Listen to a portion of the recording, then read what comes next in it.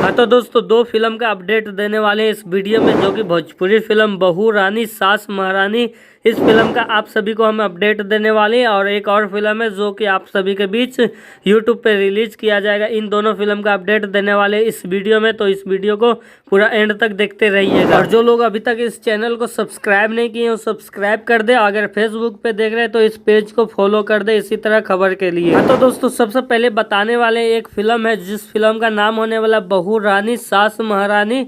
इस फिल्म का ट्रेलर आप सभी के बीच B4U भोजपुरी के यूट्यूब चैनल पे दिखाया जाएगा 17 नवंबर शुक्रवार सुबह 6:30 पे। जो कि दोस्तों ये फिल्म बहुत ही बेहतरीन होने वाला है। आप लोग जरूर इस फिल्म का ट्रेलर को देखिएगा B4U भोजपुरी के यूट्यूब चैनल पे। और दोस्तों दूसरी खबर ये है कि भोजपुरी के यश कुमार का एक फिल्म है जिस फिल्म का नाम है पति पत्नी और भूतनी।